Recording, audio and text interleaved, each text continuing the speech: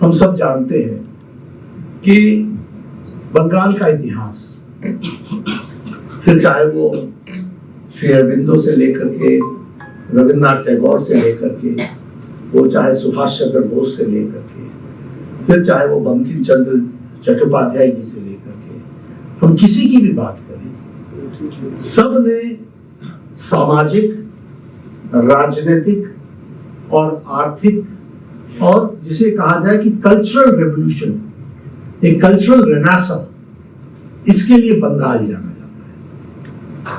अभी ममिता बहन बोल रही थी कि what Bengal thinks today, India thinks tomorrow. लेकिन ये पिछले 40 साल से ऐसा ग्रह लग गया है बंगाल को। कांग्रेस ने एक तरीके से जो उसका ऑल इंडिया स्तर पर था वो तो हम सब जानते ही हैं कि किस तरीके से गिरावट आई, लेकिन सीपीएम और सीपीएम के बाद ममता, और ममता तो सीपीएम की परिष्कृत रूप थी, उसे सीपीएम के सारी चीजों को सीख करके उसको और बढ़ाने का काम किया। और आज बंगाल की इज्जत जो सारे देश में, आज कोई भी पत्रकार कहीं भी इलेक्शन की बात करता है तो पहले क्या बोलता है कि बंगाल मारने के लिए, मारा पीटी के लिए, बंगाल बम का खजाना, इस तरीके से क्यों बोलता है? इसलिए कि ममता जी ने इस राज्य को इस तरीके से यहां तक पहुंचा दिया। अब इससे हमको छुटकारा मिला, और इस छुटकारे के लिए मैं जरूर कहूंगा कि आप सब लोगों से मेरा निवेदन है कि आप पूरी ताकत से ममता जी को जिताएं, भारतीय जनता पार्टी को जिताएं, आपके जितने रिश्तेदार हैं सबको बताएं, और सबको आप इस दृष्टि से आगे बढ़ाने का काम करें। आज ये बंगाल के लिए ये टीएमसी की सरकार एक कलंक है। It is a big scar जिसको हमको समझना चाहिए। अब आप अपना घर बनाना चाहें और आपको कहा जाए कि सीमेंट मेरे से ही लो, बालू मेरे से ही लो, और आप मकान बनाने के लिए मजदूर को बुलाएं तो वहां टोलाबाजी के लिए पहुंच जाओ, कट मनी दो। मैं प्रधानमंत्री गरीब कल्याण अन्न योजना की बात कर रहा हूं।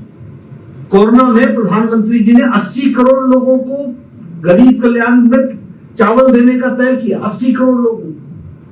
यहां पर उसमें घोटाला, टीएमसी के लोगों का उसमें अनाज में हिस्सा। प्रधानमंत्री आवास योजना, पहले 25,000 रुपए दो, उसमें से कट मनी, तब जाकर के तुमको मिलेगा। कहीं सुना है, कहीं देखा है?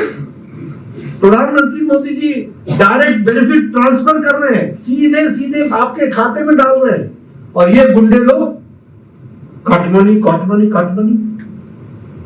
तो इस तरीके की स्थिति ला करके खड़ी की है, जिसको हमको ध्यान में रखना चाहिए, और उसको ये जो भ्रष्टाचार का अड्डा बनाया गया है। अब मैं यहाँ कहूँ, बताइए दामोदर नदी पर बालू माफिया एक्टिव है कि नहीं है? पूरा है ना? इसको बदलना है कि नहीं बदलना है? तो बदलना है तो फिर ममता को लाना है, इसके हमको तय करना है, कमल को खिलाना होगा। उसी तरीके से कोल माफिया एक्टिव है कि नहीं है? हर तरीके का भ्रष्टाचार है कि नहीं? तो टोलाबाजी, कट मनी, बालू माफिया, सैंड, ये कोयला माफिया, और बाकी भी अगर हम कहें तो स्कैम में तो कोई बात, इन्होंने तो कोई कसर छोड़ी नहीं है किसी भी तरीके के स्कैम की। चावल में चोरी, बालू में चोरी, कोल में चोरी, चीनी में चोरी, कोई कोई कोई किसी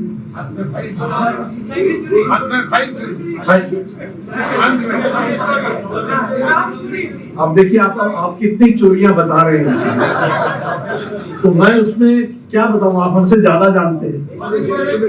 तो इसलिए इनसे छुट्टी पाने का जो समय है, और इसलिए मैं आपसे कहना चाहता हूं कि इस बात को हमको ध्यान में रख करके, और अगर हम यहाँ पर भी बात करें तो खागड़ा जो गर्म है वहां, वो भी वर्तमान में बारूद की फैक्ट्री बनी है। तो हम मतलब बारूद की फैक्ट्री पर बैठे हुए लोग। तो वर्धमान को भी बदनाम करने के लिए कोई कसर इन लोगों ने नहीं छोड़ी। इसको हमको समझना चाहिए।